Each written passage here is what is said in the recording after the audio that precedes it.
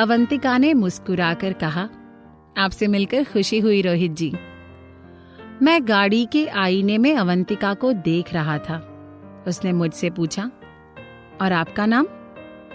मैं चुप था तो अवंतिका ने कहा, आपका मौन व्रत है क्या? भावना ने हंसते हुए कहा, हाँ, सुबह से मौन व्रत था भैया का, तुम्हें देखकर टूट गया। अवंतिका ने हैरानी से भावना की ओर देखा तो भावना कहने लगी, तुम्हारी 10 नंबर की जर्सी देखकर टूट गया भैया का मौन। मैंने अवंतिका से कहा, मेरा नाम पीयूष शर्मा। अवंतिका ने आईने में देखा और मुझसे बोली, आप लोगों से मिलकर अच्छा लगा। हॉस्पिटल के बाहर जैसे ही मैंने गाड़ी रोकी तो कमिश्नर साहब का बेटा जानने के बाद ना डॉक्टर ने फीस ली ना हमने दी। अवंतिका का पूरा चेकअप हुआ।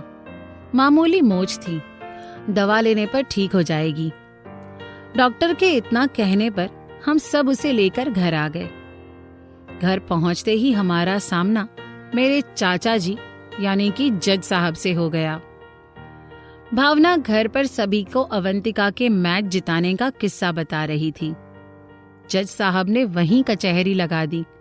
उन्होंने अवंतिका से पूछा, क्या नाम है आपका? जैसे कोई मुजरिम कटघरे में खड़ा हो। अवंतिका ने कहा, हमारा नाम अवंतिका सिंह चौहान है। रोहित जोर से हंस पड़ा। ये उसकी आज सुबह से दूसरी गलती थी। इस बार जज साहब ने उसे बहुत सुनाया। अकेले में सुनाते तो बात आई गई हो जाती, पर चूंकि उन्होंने अवंतिका जी के सामने सुनाया इसलिए रोहित को चुभ गया। रोहित को सुनाने के बाद जैसे ही जज साहब ने मेरी ओर देखकर मुझसे आगे क्या करना है पूछा तो मैंने उनसे कुछ नहीं कहा। उन्होंने दोबारा जोर से पूछा तो अवंतिका बोलने लगी, इनका मौन व्रत है, आज भावना ने गाड़ी में बताया था। मैंने ठंडी सांसें भरी कि बच गया मैं आज। खाना खाने के लिए सभी टेबल पर आ गए। हमारे यहाँ रात का खाना सब बड़े ही अदब के साथ डाइनिंग टेबल पर बैठकर खाते थे। हमारे यहाँ इंसान नहीं पद खाना खाते थे। पापा नहीं कमिश्नर साहब, चाचा नहीं जज साहब, बड़े भाई नहीं इंजीनियर साहब बैठते थे और कभी कभी तो फ्लाइंग ऑफिसर साहब भी छुट्टियों पर आ जाते थे। खाने की टेबल पर सब अपनी अपनी हाँकते रहते, अपनी बड़ाई, अपने काम के अनुभव बड़े ही शान से बताते। हम दो नाकारा मतलब मैं और रोहित बस उनकी बातें ही सुनते रहते। चूंकि हम कमाते नहीं थे इसलिए हमारी बातें भी नहीं सुनी जाती थीं। जज साहब के सामने तो हम दोनों मुजरिम ही थे, क्योंकि उन्होंने हमें लाख समझाया था कि हम लॉ में पढ़ाई करें और सिविल जज की परीक्षा की तैयारी करें, पर हम दोनों के सर पर IAS का भूत सवार था और हमारे उस भूत ने हमारी लुटिया डुबो दी थी। हम दोनों पहले ही प्रयास में इंटरव्यू तक पहुंच गए। ये किसी को नहीं दिखा, पर हमारा चयन नहीं हुआ इसका मतलब हम दिल्ली में अय्याशी काट रहे थे। अब माना कि कभी कभार घूम लेते थे, कभी पी लेते थे, पर इसका मतलब ये तो नहीं था ना कि हमने पढ़ाई नहीं की। अवंतिका भी भावना के साथ अपने कपड़े बदल कर आ गई। आते ही उसने नैपकिन अपने पैरों के ऊपर रखा, एक नैपकिन गले में फंसाया और छुरी कांटा उठाकर खाना खाने लगी। हमारे घर के सभी पद वाले लोग मुस्कुराते हुए उसे खाता देख रहे थे। हम बेचारे तीनों गरीबों ने एक दूसरे को देखा। इस मामले में भावना भी मेरे और रोहित के साथ थी। हम तीनों हाथ से खाना खाते थे। अवंतिका के सामने हमें सुनाया गया कि हमें टेबल मैनर्स नहीं आते। टेबल पर कैसे खाया जाता है देखो अवंतिका को। अवंतिका ने हम तीनों की ओर देखकर सबसे बोला, हमें तो बचपन से ऐसे ही खाना सिखाया गया है। हमारा बहुत मन होता है हाथ से खाने का। वो तो आप सबकी वजह से हम ऐसे खा रहे थे, वरना हमें पता होता तो हम भी हाथ से ही खाते। हमें छुरी कांटे से खाना पसंद नहीं। माँ साहिब कहती हैं कि किसी के घर खाने पर जाओ तो हाथ से खाना बेअदबी होता है, पर हमें समझ नहीं आता कि ऐसा क्यों, जबकि खाना हमेशा हाथ से ही खाना चाहिए और पूरी 5 उंगलियों के स्पर्श से खाना चाहिए। पहले तो सब वैसे ही खाते थे, पर जब से ये अंग्रेज आए तब से हमारे तौर तरीके बदल गए। हमारे यहाँ के राज महाराजा भी किंग और प्रिंस कहलवाना पसंद करने लगे। हमें बहुत चिढ़ होती है। अंग्रेज चले गए पर ये अदब और कायदे बनाकर छोड़ गए। ज्यादा जोर से हंसना बेअदबी है, जबकि लाफ्टर से बड़ी कोई थेरेपी नहीं होती। आज हम तीनों के दिल में सुकून था। पहली बार कोई छुरी कांटे से खाना खाते हुए हाथ से खाने का पक्ष ले रहा था। खाना खाकर सब अपने कमरों में चले गए। मैं ऊपर अपनी ख्वाबगाह में टहल रहा था और यही सोच रहा था कि आज का दिन तो किसी तरह निकल गया। कल क्या जवाब दूंगा? कल तो सब मुझे ही घेरने वाले हैं। अपने आगामी भविष्य की योजना बनाने से पहले मैं आपको अपने गौरवशाली अतीत की ओर ले चलता हूँ। मैंने जैसे तैसे 12वीं की। अच्छे नंबर से पास हुआ था मैं।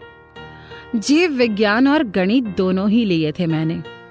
बड़े भाई साहब मुझे इंजीनियर, पापा डॉक्टर, चाचा जज और छोटे भाई साहब तो और महान, वो मुझे सेना में भेजना चाहते थे।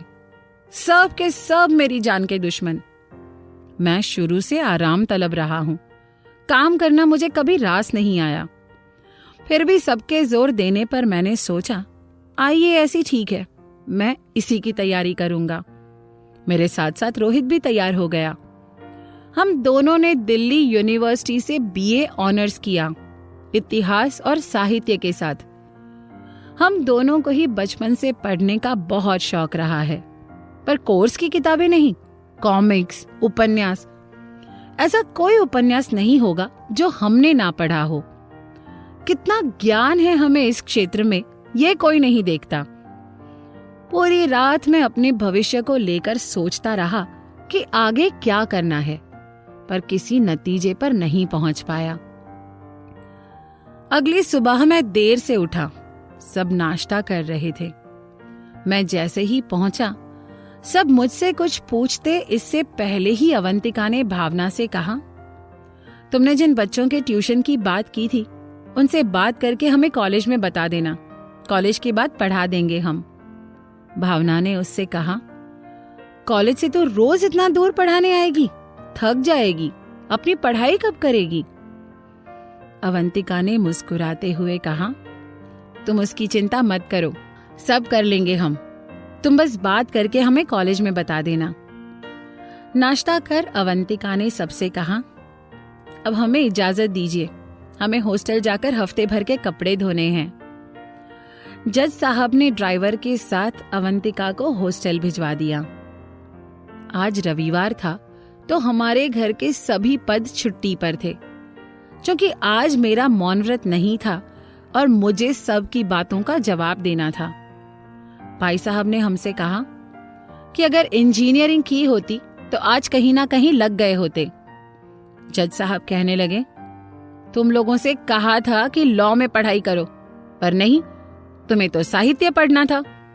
अब क्या करोगे, कुछ सोचा है? कमिश्नर साहब मुझे घूर रहे थे। मैंने सबसे कहा, हाँ सोचा है, हम कोचिंग क्लास खोल लेंगे। रोहित ने अपने सर पर अपना हाथ दे मारा, क्योंकि कल उसने भी यही कहा था और उसने जो सुना था वो काफी भयंकर था। इंजीनियर साहब हंस पड़े और कहने लगे, अच्छा और क्या पढ़ाएंगे आप, इतिहास और साहित्य?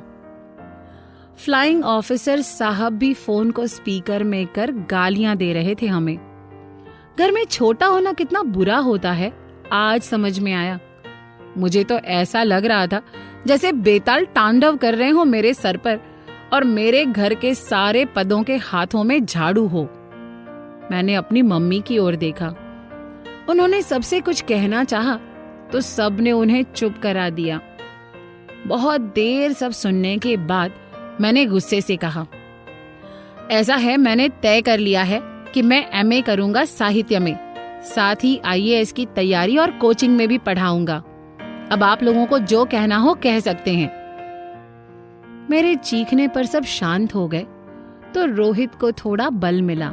कहने लगा, मामा जी, हम भले ही आईएएस ना बन पाए हों, पर लोगों को आईएएस जरूर बना सकते हैं।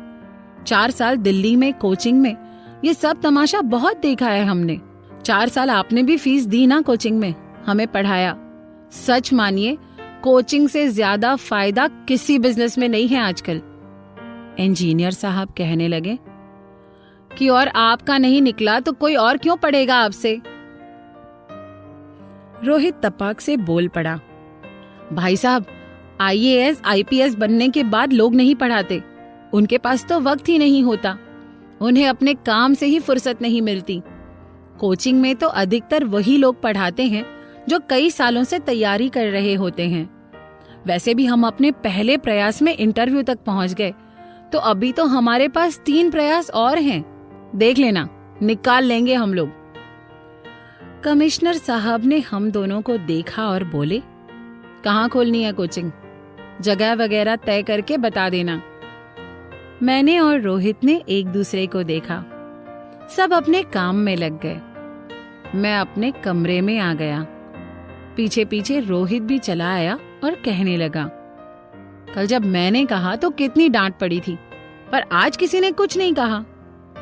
मैंने रोहित से कहा, जब किसी से अपनी बात मनवानी हो तो ऊंची आवाज में अपनी बात कहनी चाहिए।